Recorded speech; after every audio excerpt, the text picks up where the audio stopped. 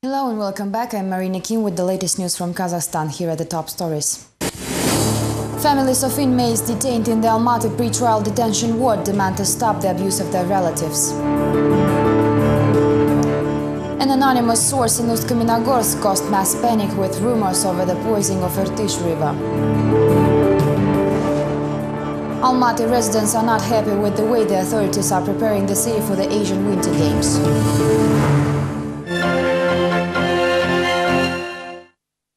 Convicts' relatives picket the Almaty's pre-trial detention center after learning that detainees intend to commit suicide and protest against the inhuman detention conditions, including physical abuse and tortures.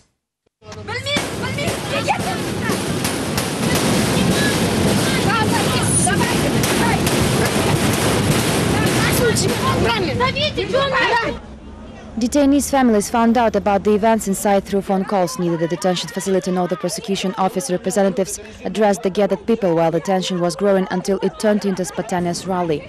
Mothers and wives of inmates stormed the facility building gates, and one of the protesters even attempted to cut their carotid artery right in front of the police cordon. The rest have formed a human shield in front of the cars, thus not allowing the police to enter the territory of the building. According to detainees, the reason for the protest was the recent change of the facility management, which led to immediate deterioration of detention conditions and frequent physical abuse of convicted. The new head had brought along a wave of physical abuse. As of now, about 30 people have cut their bodies in protest, but no one really cares and we keep doing it still. No doctors came and no medical aid was rendered. We will keep doing it until the situation changes. As the rally in front of the pre-trial detention center continued, it was revealed that the facility administration agreed to a compromise and led several women inside to personally see that none of the convicts had committed acts of self-mutilation. However, only one inmate verbally confirmed the information instead. In the meantime, the detainees continue calling their relatives, saying that no medical aid is rendered to the injured inmates. Around 50 people continued to picket the Almaty city pre-trial detention ward for over 6 hours, claiming their relatives detained inside are being subjected to physical abuse and tortures. Eventually, the prison management allowed 3 women inside the ward, where they saw their unharmed relatives, and then asked to calm down the rest of the crowd. At the same time, the families of the inmates outside the center continued their rally, as they received new calls from the inside claiming continuous beatings and asserting there are 50 inmates in the center who attempted suicide by slitting their veins, instead of just 4 as reported by the police. Fearing being killed, inmates pleaded to the gathered crowd and reporters not to leave the site. The protest actions are likely to continue until the penitentiary system employees will remain unpunished for applying tortures, says human rights expert Vadim Kuramshin. In the meantime, the Kazakh Penitentiary Committee representatives officially recognized the cases of revolts across the country's prisons, but try to present the issue from a different angle. According to the officials, the inmates are forwarding groundless and illegal demands on easing off the detention conditions.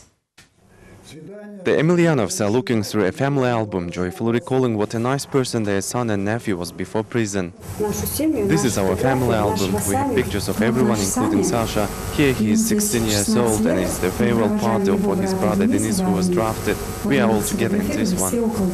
The prison management assures that everything is as fine as in the family photos. However, other pictures talk about a different reality. They were taken at the Kazakh colony where 5 convicts have cut their stomachs open earlier this summer. On July 21st, a mass suicide attempt was repeated by 36 convicts of a colony where Alexander Emelianov is serving his term. His father says Alexander has been complaining about the tyranny of the administration.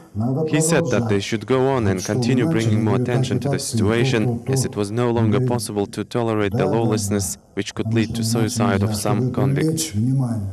In his appeal to the president, Grigory Emelianov says that convicts of the Jaman prison are regularly beaten, deprived of food and water, which forced his son along with fellow convicts to cut themselves up. Appeals like this may indeed negatively affect the reputation of the penitentiary system, which cannot any longer conceal the facts of mass self-mutilation, now confirmed by the Justice Ministry. However, their explanation differs substantially from those of the convicts. Convicts are actually sounding groundless and illegal demands. This is a maximum security prison which holds extremely dangerous criminals, but they want the rights for free movement within the colony, which neither the prosecutor nor the facility head can grant. The prison chronicles of the summer 2010 is indeed impressive. The mass escape from the Aktau prison, the video on the internet showing the beating of a convict, with the inmate who made the video later found hanged, 14 convicts in the Akmola region cutting their stomachs open. This all looks like a rebellion, or at least that is how the penitentiary system would like to position it, says human rights activist Vadim Kuramshin. Convicts have already realized that all their appeals to the authorities to fight the corruption and tyranny in the penitentiary system do not really produce results. I personally know of no appeal which the authorities have reacted to. The current condition of Alexander Emelianov is stable, say doctors. He was sentenced to 6.5 years and had served already 4.5 of them. The inmate's father admits his son is a criminal, but disagrees with the way the penitentiary system is treating convicts, turning them into victims along the way. Another suicide attempt was registered in one of the Karaganda region's pre-trial detention facilities on Friday. A 40-year-old man sentenced to 14 years of prison for illegal drug sale and possession has cut himself with a metal nail. Currently, the inmate is in the hospital and the causes for the suicide are not known yet. An emergency situation was announced in the Moscow's Domodedovo airport on Friday when a passenger of the landing Mineralnye Vody Moscow flight announced the hijacking of the plane with 113 passengers and crew on board. By Friday evening, the Russian prosecutor's office confirmed that the hijacker is a Kazakh citizen who demanded to speak to Russia's Premier Vladimir Putin, claiming he holds valuable information regarding Chechnya. The captain of the flight Mineralnye Vody Domodedovo reported that a Kazakh citizen Magomed Patiev hijacked the crew and 113 passengers of the plane, but was later arrested as a result of the special operation. All passengers and crew members were freed. A criminal case is instigated upon the incident. The hostage situation continued for several hours until the temperature inside the cabin reached 70 degrees Celsius. When passengers asked for medical assistance, undercover officers boarded the plane as medical personnel and arrested the hijacker. Not much is known about Magomed Patiev. It appears he was born and grew up in Almaty, but lately resided and ran some business in Russia. According to the charges brought against Patiev, he may face a sentence of up to 5 years. The Kazakh Foreign Affairs Ministry officially confirmed that Magomed Patiev is a citizen of Kazakhstan. The ministry spokesman Ilya Samarov stated the corresponding note was received by the Moscow Trans-Regional Transport Investigation Department. Ilya Samarov says it is possible Magomed Patiev holds dual citizenship, as some Russian online media have reported that Patiev is actually a citizen of Russian Federation.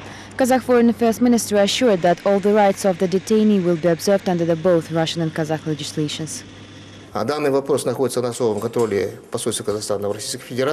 This issue is taken under the control of the Kazakh embassy in Russian Federation. We keep in touch with the investigators and law enforcement bodies, which will make sure to do everything to protect his rights and interests during the detention and investigation.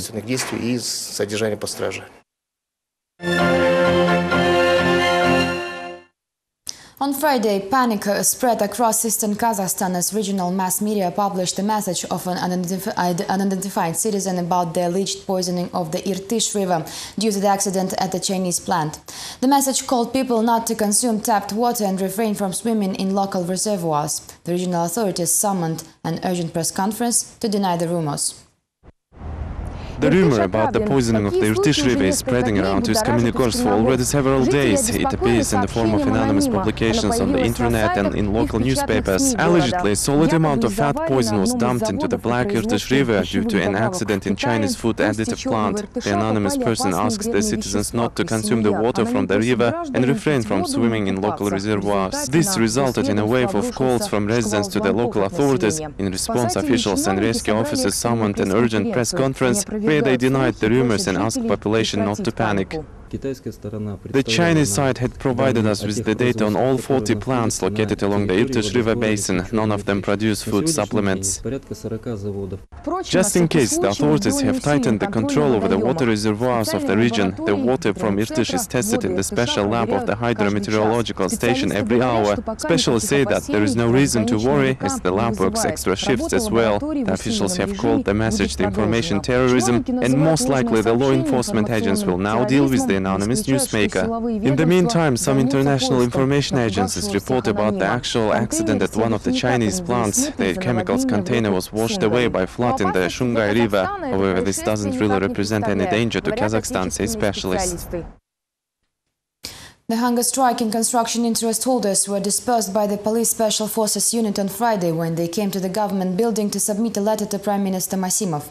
The protesters demanded the head of the cabinet to cancel the decree which limits the number of owned apartments to only one. The Astana interest holders launched their hunger strike 2 weeks ago.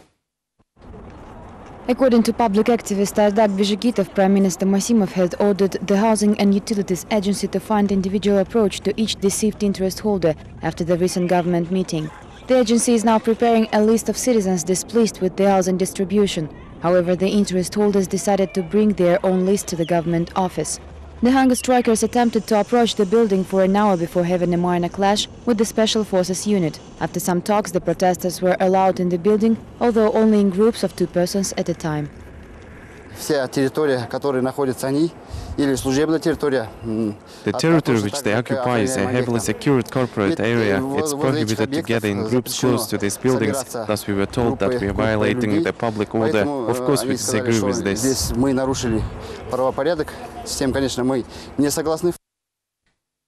While interest holders are hopelessly struggling for the completion of the real estate project they invested in, some residents are trying to protect the already inhabited housing. In relation with the upcoming Asian Winter Games to be held in Almaty in 2011, constructors intend to install a mansard on the roof of an apartment block located in front of the central stadium. However, local residents are against the idea as they fear the building may simply collapse due to the load. Вот угол, это через все, а там следующая комната уже не моя. Через ту хозяйка сказала, я не пущу. Almaty resident Galina Rybakova found herself in the midst of the preparation of the upcoming Asian Winter Olympics. The construction company Jandus Arts is erecting the additional 5th story in Rybakova's apartment block to create a mansard roof and improve the building's facade. It appears that special straps to reinforce the steel frame need to be installed through the pensioner's 50-year-old apartment, although Rybakova says it's possible the building will simply not handle the stress. Fourth-story residents are against the construction of the 5th because they are afraid that the building could collapse. The house is reinforced only from one side and nothing is done on the other, as there is another construction going there.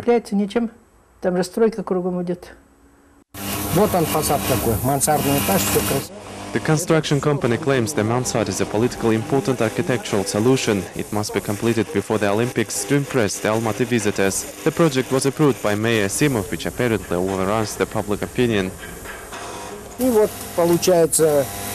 The problem is created out of thin air by pensioners who collect signatures and write letters. We are trying to explain them everything in technical terms, that the construction will comply with seismology requirements and that we will fully renovate the building.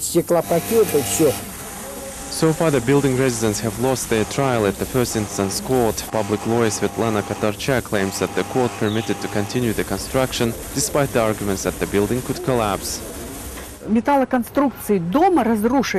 steel frame of the building has been destroyed, which means it's loose. Constructors have also damaged the roof by loading it up with extreme amounts of concrete. Now the building has numerous cracks, while some parts of the top-story ceilings are collapsing.